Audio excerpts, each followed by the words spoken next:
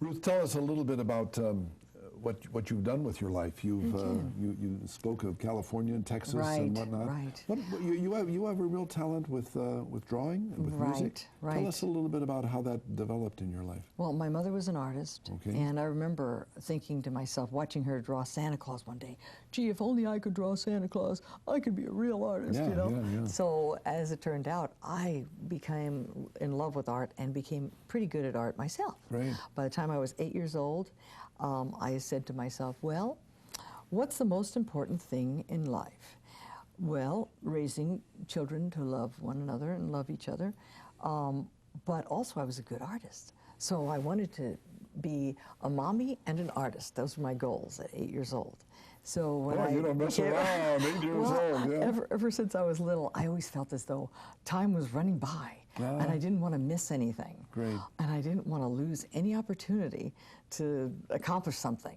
So when my mom used to, if we'd turn on the TV, she'd say, "Why are you watching so much TV? You should accomplish something with your life." Yeah, so I'd say, "Oh, okay." So I'd grab a pad of paper and start drawing. Pretty soon I'd be, making those little flip books, and the flip books were more interesting. You can go like this. And make animation. Yes. So I'd make little animated flip books while I'd watch TV. So I wasn't, wasting my time. Yes. And so it ended up that I became in love with art and animation too. Well, when I became a teenager and we lived in New York at that time, I applied for the High School of Music and Art and got into the High School of Music and Art for art. And then later on, since art was all I really knew how to do, after I grew up, you could say, and then later got married and had children, at one point I thought, well, I'd like to help my family make a little money, but the only thing I knew how to do was draw. And it just so happened at that point that Hanna-Barbera was training people for entering. They didn't have enough animators at that point. These are cartoons. For cartoons. Oh, so I started out in the cartoon industry after going through a class at Hanna-Barbera for a while. Even though I'd already been to college and everything, I got into family before I got into actual professional life. So then it ended up I worked at Hanna-Barbera doing Scooby-Doo, Smurfs, Super Friends, all the different Jetsons and all those different things. How many years did you work in this? 27 years, not at Hanna-Barbera only, but in the industry. So then it went from there to working on feature films, Fern Gully and Space Jam and all kinds of other things, and Disney, and working at Warner Brothers and all kinds of other things. This is great. But there was something burning in your heart to be able to do something more, and perhaps this is getting back to this concern with children. That's right, because the whole time, especially since I was already a mother, and seeing these cartoons that were being produced that really didn't have anything good to offer in a way of character development for children. And so the most important thing for me, I felt, was, look, if you don't get children when they're young and train them what's really important, then it's going to be lost. The teachable moments will be lost. So have you retired from the Now I'm retired from the animation industry. And now what are you doing? And so after I retired, I devote all my time to volunteering for this nonprofit that we started. What's the name of it? It's called Edu Designs. EDU Designs. Now what's the Go Mom Go? Okay, Go Mommy Go is a website that I started that is kind of a sister website for Edu Designs, in which I've put all the good ideas that help parents, the tips for parents for child development and how to help kids be better and behave on this site, gomommygo.com. And what's wonderful about it is that all because I could draw. When my kids were little, the most wonderful thing was I could make behavior charts and draw pictures instead of having just words. Draw a picture. I would draw pictures. So like if I wanted the kids to eat their fruits and vegetables, or say please and say thank you, and like share instead of fighting. All the different things. And in fact, many, many things are on the website. What I've done is made free behavior charts so that anybody can go on there and just print them up using their own printer, and they're totally free and customizable. So like there's like, I think, I don't know if it's 100, but there's a whole bunch of different behaviors, whatever you want to positively reinforce. Because I noticed that if kids want to get noticed, and if you ignore them, they'll get in trouble just so they'll get noticed. Yes. But if they have something positive that they're going to get noticed for, if you start noticing the good things, oh, you're such a good boy, you put away your shoes, yes, yes, or you threw that trash away, they say, oh, I get noticed when I throw the trash away. And also this thing about respect and whatnot. The most important thing is, we're kind of getting down to that root is learning to be nice to one another and not fight.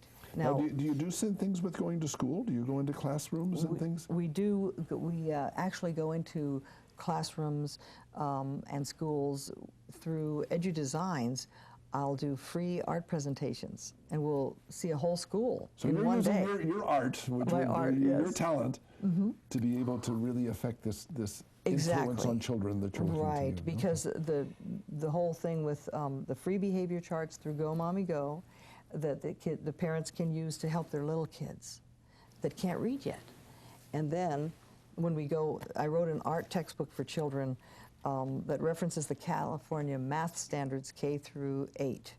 And this, our art textbook, we donate one of each of our books, this one and the other books that we've written to the schools, and then I do a free art presentation and basically give them a little teaser that they can learn a few little tips about art that'll make them want to see the world in a different way, so they want to draw and can know that they can do it. Sure. And then they can go back to the classroom, and then they can do all of the things that are in the book. Oh, you got to. And so it's a fun little thing. Yeah. So also the first book that my husband and I wrote together was a book called The Richest Kid in the Poorhouse. And it's a cute little story that's about a little boy who doesn't necessarily appreciate his family because the neighbors have more than he does. Oh, okay. And it ends up, he has chores to do and they don't have chores to do. And they have computers and video games. And so he gets feeling like, well, he's getting the dirty end of the stick. Yes. But it ends up happening that he gets a hamster that doesn't appreciate him. Oh, and by the end of the story, though, what's nice is that the little hamster ends up being like the prodigal hamster, kind of. The prodigal hamster, I love it, okay. And so by the end of the story, after the hamster escapes, and the hamster's happy for a little while, but of course then by the end he realizes it was better at home where it's warm and dry.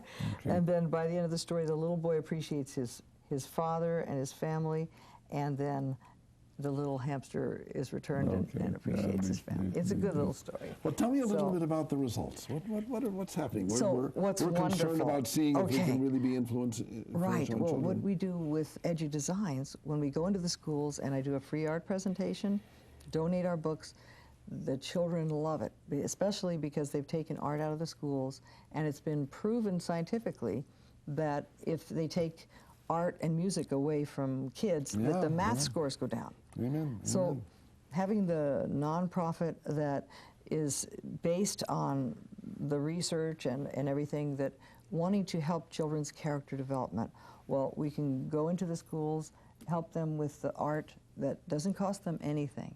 It's free.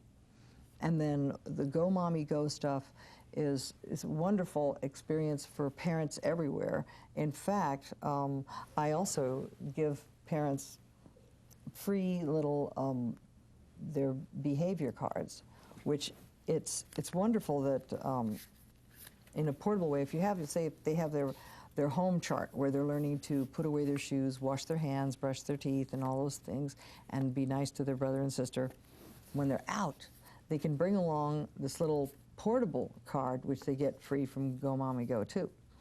And it's laminated so they can get a little dry erase marker, and tell the children before they leave, hey, we're going to get good marks if you're out too, if you're good when you're out. So doing the basics and using your art. Yes, and so because they're pictures, the kids can understand them even if they can't read, and they can know that these are the rules, guys. Come when I call you, hold my hand when we go to the car and stuff, and keep your seatbelt on at all times in the car. Wow. And so if they get their little good mark on there with the dry erase marker, they can use it as many times as they want, say, you were good, and you get a bonus good mark at home. And yeah, so, you're a great mother, I can tell that, and now you're taking the talent that you have with art and being able to influence not just your own children, but other children also. Huh? Right, well, the wonderful thing is that since I've noticed that just so many parents that just have never been given the tools because they didn't have as good a mom as me. Yeah. And but it's easily learned. The things that I put on GoMommyGo.com are stuff that when moms read it, they say, wow, this is great. That's just what I've been looking for. I've got so many comments from people even in Australia, in Sweden, all over, where they send me emails and say, I've been looking all over. I've never found behavior charts that have pictures attached to them. And they're so appealing, the kids say, yeah, I want to do this. Yeah. So it's more fun. Listen, God bless you.